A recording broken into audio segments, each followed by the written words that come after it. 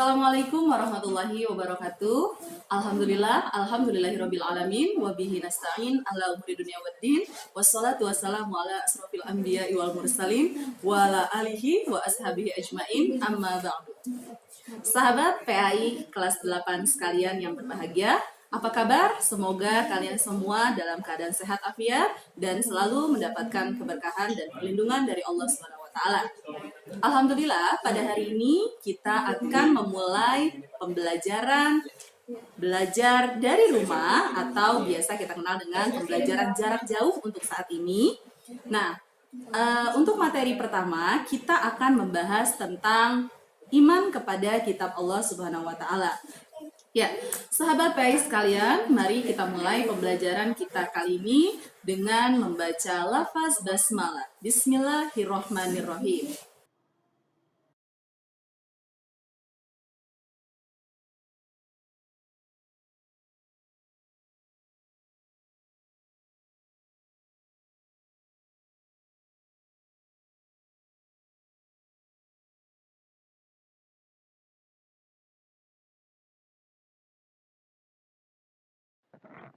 Tujuan pembelajaran. 1. Membaca Quran Surat Ali Imran ayat 1-4. 2. Menjelaskan pengertian iman kepada kitab Allah dengan benar. 3. Mengidentifikasi dalil nakli tentang iman kepada kitab Allah dengan benar. 4. Menyebutkan 4 nama kitab Allah dan para rasul penerimanya dengan benar.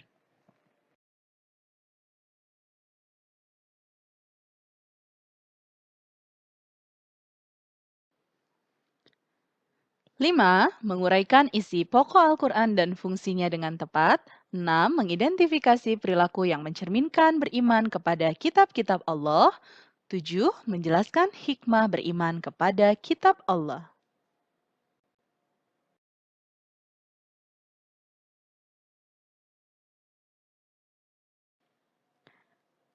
Mari kita simak tilawah Quran Surat Ali Imran ayat 1-4.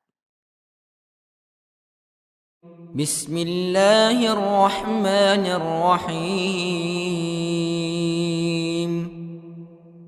ألف لام ميم الله لا إله إلا هو الحي القيوم. Allah, tidak ada Tuhan selain Dia, yang maha hidup, yang terus-menerus mengurus makhluknya. نزل عليك الكتاب بالحق مصدقا لما بين يديه وأنزل التوراة والإنجيل.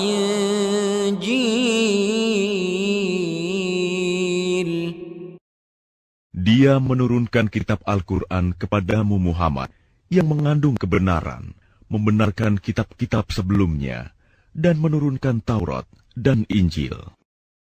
من قبل هدى للناس وأنزل الفرقان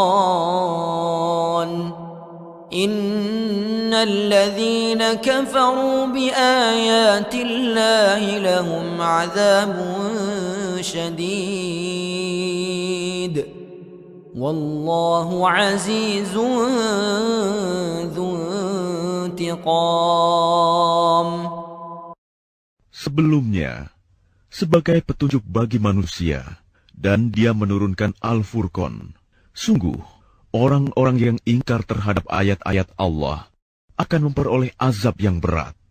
Allah Maha Perkasa, lagi mempunyai hukuman.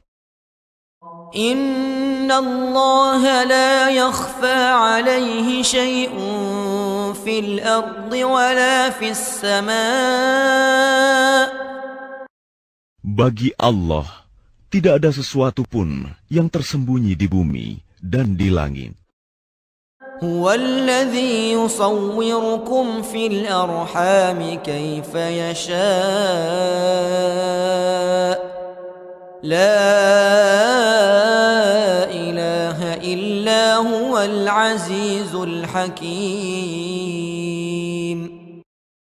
Dialah yang membentuk kamu dalam rahim menurut yang Dia kehendaki.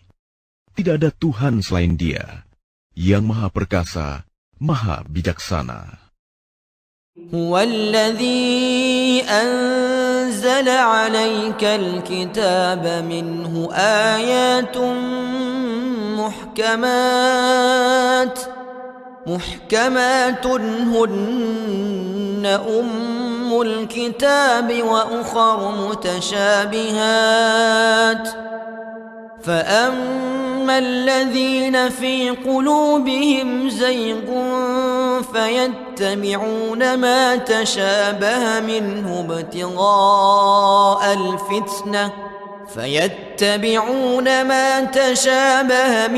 ابتغاء الفتنة وابتغاء تأويله وما يعلم تأويله إلا الله والراسخون في العلم يقولون آمنا به كل من عند ربنا وما يذكر إلا أولو الألباب. Dialah yang menurunkan kitab Al-Quran kepadamu, Muhammad. Di antaranya ada ayat-ayat yang muhkamat. Itulah pokok-pokok kitab Al-Quran. Dan yang lain, mutasyabihat. Adapun orang-orang yang dalam hatinya condong pada kesesatan, mereka mengikuti yang mutasyabihat untuk mencari-cari fitnah dan untuk mencari-cari takwilnya. Padahal tidak ada yang mengetahui takwilnya kecuali Allah. Dan orang-orang yang ilmunya mendalam berkata, kami beriman kepadanya Al-Quran, semuanya dari sisi Tuhan kami. Tidak ada yang dapat mengambil pelajaran, kecuali orang yang berakal. ربنا لا تزغ قلوبنا بعد إذ هديتنا وهب لنا من لدنك رحمة إنك أنت الوهاب. Mereka berdoa, ya Tuhan kami, janganlah Engkau condongkan hati kami kepada kesesatan setelah Engkau berikan petunjuk kepada kami. Dan karuniakanlah kepada kami rahmat dari sisimu. Sesungguhnya Engkau Maha Pemberi. ربنا إنك جامع الناس ليوم لا ريب فيه إن الله لا يخلف الميعاد. Ya Tuhan kami, Engkaulah yang mengumpulkan manusia pada hari yang tidak ada keraguan padanya. Sungguh, Allah tidak menyalahi janji.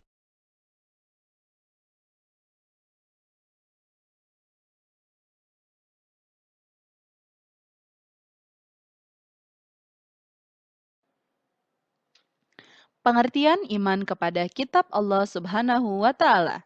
Iman kepada kitab Allah artinya yakin dan percaya dengan sepenuh hati bahwa Allah Subhanahu wa Ta'ala telah menurunkan kitab-kitabnya kepada Rasul untuk disampaikan kepada umat manusia.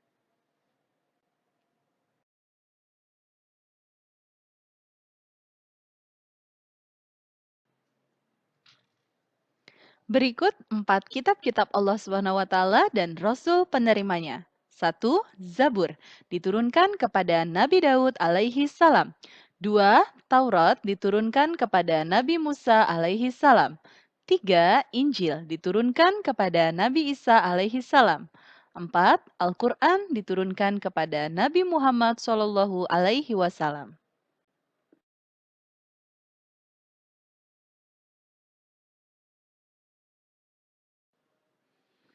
Kitab Taurat diturunkan pada abad ke-12 sebelum Masehi. Kitab Taurat diwahyukan kepada Nabi Musa pada abad ke-12 sebelum Masehi. Nama Taurat berarti hukum atau syariat.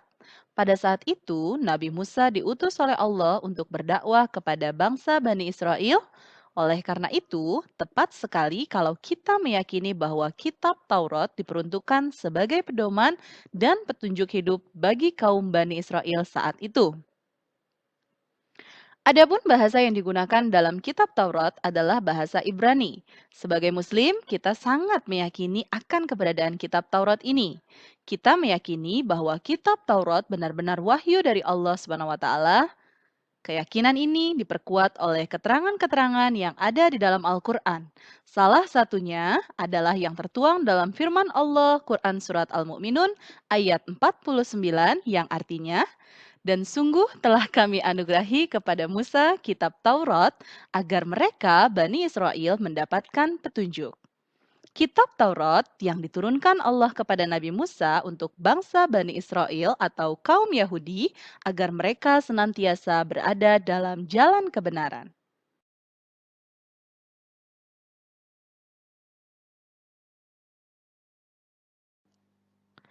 Adapun pokok-pokok ajaran yang ada dalam kitab Taurat yang diturunkan di Bukit Sinai tersebut adalah sebagai berikut. 1. Perintah untuk mengesahkan Allah. 2. Larangan menyembah patung dan berhala. 3. Larangan menyebut nama Allah dengan sia-sia. 4. Perintah menyucikan hari Sabtu. 5. Perintah menghormati kedua orang tua. 6. Larangan membunuh sesama manusia. 7. Larangan berbuat zina. 8. Larangan mencuri. 9. Larangan menjadi saksi palsu. Dan 10. Larangan mengambil hak orang lain.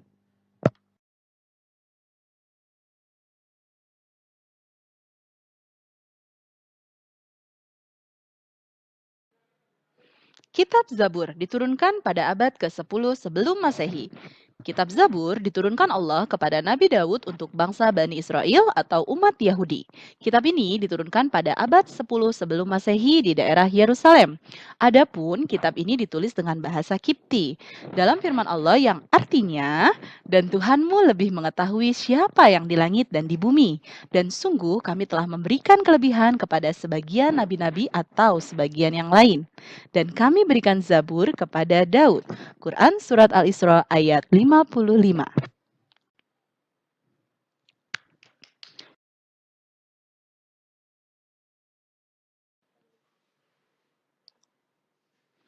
Kitab Injil diturunkan pada abad ke-1 Masehi.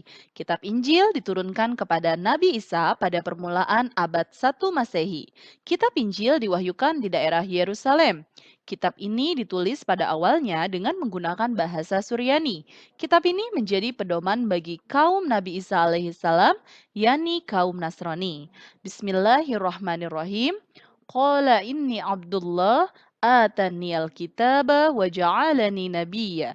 Firman Allah Subhanahu wa taala yang artinya, dia Isa berkata, sesungguhnya aku hamba Allah. Dia memberiku kitab Injil dan dia menjadikan aku seorang nabi. Quran Surat Maryam ayat 30. Kitab Injil berisi ajaran pokok yang sama dengan kitab-kitab sebelumnya. Namun, ada yang menghapus sebagian ajaran kitab Taurat yang sudah tidak sesuai dengan zaman itu.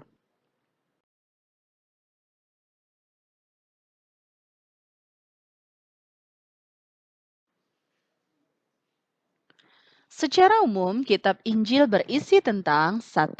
Perintah untuk kembali mengesahkan Allah Subhanahu wa taala. 2. Membenarkan keberadaan kitab Taurat. 3. Menghapus beberapa hukum dalam kitab Taurat yang tidak lagi sesuai dengan perkembangan zaman.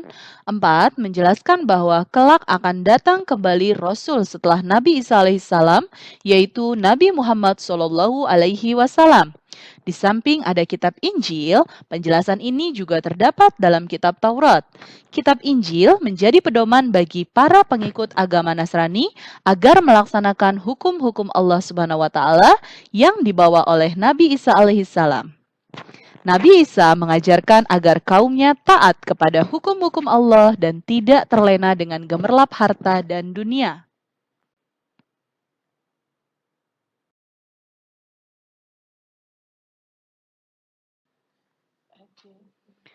Kitab Al-Quran diturunkan pada abad ke-7 Masehi, kurun waktu tahun 611 sampai 632 Masehi. Kitab Al-Quran merupakan kitab yang diturunkan Allah kepada Nabi dan Rasul yang terakhir, yaitu Nabi Muhammad SAW. Kitab suci Al-Quran diturunkan Allah sebagai penyempurna dan membenarkan kitab-kitab sebelumnya. Dalam firman Allah, Quran Surat Ali Imran ayat 3 yang artinya, Dia menurunkan kitab Al-Quran kepadamu, wahai Muhammad, yang mengandung kebenaran, membenarkan kitab-kitab sebelumnya, dan menurunkan Taurat dan Injil.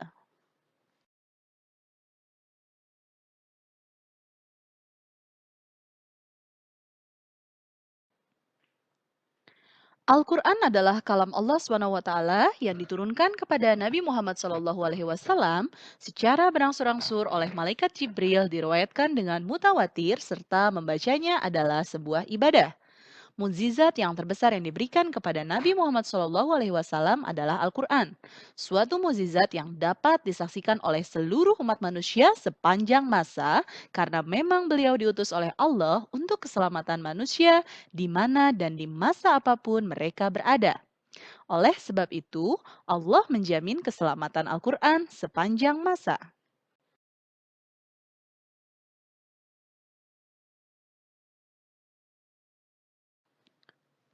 Secara umum, pokok ajaran yang terkandung dalam Al-Quran adalah sebagai berikut. 1. Akidah atau keyakinan. 2. Akhlak atau budi pekerti. 3. Ibadah atau tata cara beribadah. 4. Muamalah atau tata cara berhubungan kepada sesama manusia. Dan 5. Tarikh atau sejarah.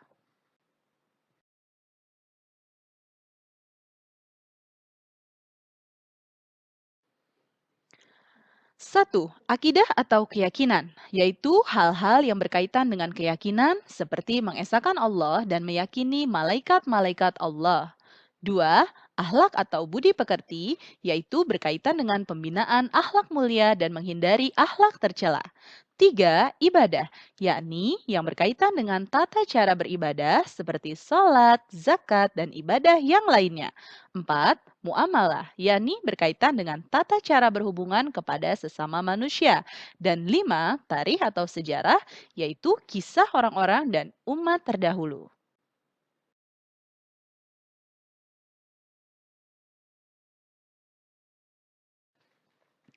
Al-Quran sebagai kitab suci umat Islam. Al-Quran merupakan kitab suci dari Allah yang terjamin kemurniannya. Maksudnya, sejak awal diturunkan sampai sekarang, bacaan Al-Quran dan isinya tidak mengalami perubahan, baik penambahan maupun pengurangan. Sedangkan kitab-kitab sebelumnya yang ada sekarang sudah tidak murni lagi. Nah, Al-Quran tidak hanya terjaga secara tertulis di dalam mushaf seperti yang kamu lihat sehari-hari, tapi Al-Quran juga terjaga dalam hati dan pikiran para penghafal Al-Quran yang jumlahnya jutaan. Dalam sejarah tercatat bahwa Al-Quran tidak diturunkan sekaligus kepada Rasulullah SAW.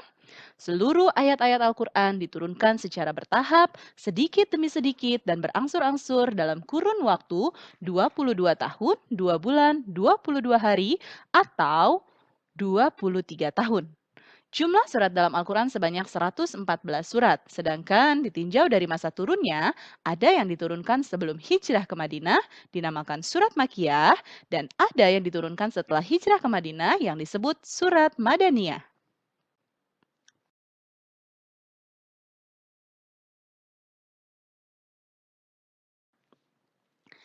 Perbedaan kitab dengan suhuf. Wahyu-wahyu Allah yang diterima oleh para rasul dalam perkembangannya ada yang dibukukan berbentuk kitab dan ada yang tidak dibukukan atau berbentuk suhuf, yaitu lembaran-lembaran terpisah. Namun, keduanya sama-sama berisi firman Allah yang diberikan kepada para nabi dan rasul. Keterangan yang menyatakan bahwa suhuf itu benar adanya adalah firman Allah berikut ini, yang artinya sesungguhnya ini terdapat dalam kitab-kitab yang dahulu, yaitu kitab-kitab Ibrahim dan Musa. Quran Surat Al-A'la ayat 18 sampai 19. Adapun secara rinci, para nabi dan rasul yang menerima suhuf dari Allah adalah Nabi Idris menerima sebanyak 30 suhuf, Nabi Syis menerima sejumlah 50 suhuf, Nabi Ibrahim menerima 10 suhuf, dan Nabi Musa menerima 10 suhuf. Antara kitab dan suhuf mempunyai persamaan dan juga perbedaan. Persamaannya adalah keduanya sama-sama firman Allah yang diturunkan kepada para rasulnya. Adapun perbedaannya antara kitab dan suhuf antara lain, 1. Isi kitab lebih lengkap daripada isi suhuf. 2. Bentuk dari kitab sudah dibukukan, sedangkan suhuf masih berbentuk lembaran-lembaran yang terpisah. Dan 3. Kitab biasanya berlaku lebih lama daripada suhuf.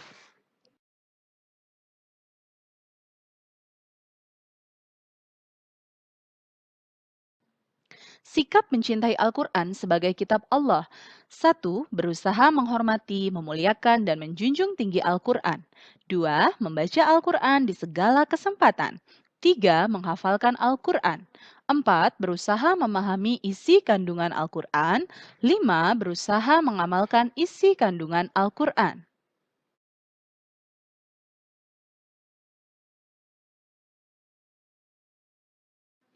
Hikmah beriman kepada kitab Allah Subhanahu wa Ta'ala. 1. Memberikan petunjuk dan pedoman kepada manusia mana yang benar dan mana yang salah. 2. Memberikan informasi sejarah yang menjadi pelajaran hidup bagi umat manusia saat ini. 3. Manusia dapat mengetahui kasih sayang Allah kepada para hamba dan makhluknya. 4. Hati manusia menjadi lebih tentram dan menambah ilmu pengetahuan. 5. Memiliki sikap toleransi yang tinggi karena kitab-kitab Allah memberikan penjelasan tentang penanaman sikap toleransi, saling menghormati, dan menghargai orang lain, bahkan pemeluk agama lain.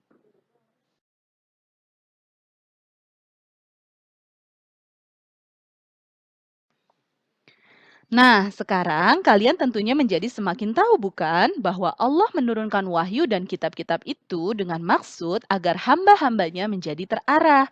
Mereka juga hidup dalam kedamaian serta kebahagiaan baik di dunia maupun di akhirat. Sungguh indah jika pemahaman dan keyakinan ini dapat mendarah daging dan mempengaruhi cara hidup kita sehari-hari. Keimanan kepada kitab Allah juga dapat berpengaruh terhadap akhlak kita di dalam kehidupan sehari-hari.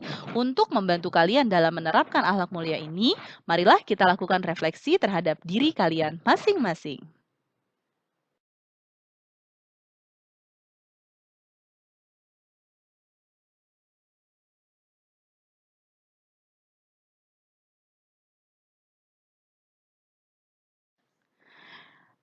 Sahabat PAI sekalian, demikianlah pembelajaran kita tentang beriman kepada kitab-kitab Allah. Mari kita tutup pembelajaran kita kali ini dengan mengucap lafaz hamdalah. Alhamdulillahirabbil alamin. Baik, terima kasih sahabat PAI sekalian. Semoga apa yang kita pelajari hari ini bermanfaat untuk kita semua. Terima kasih. Assalamualaikum warahmatullahi wabarakatuh.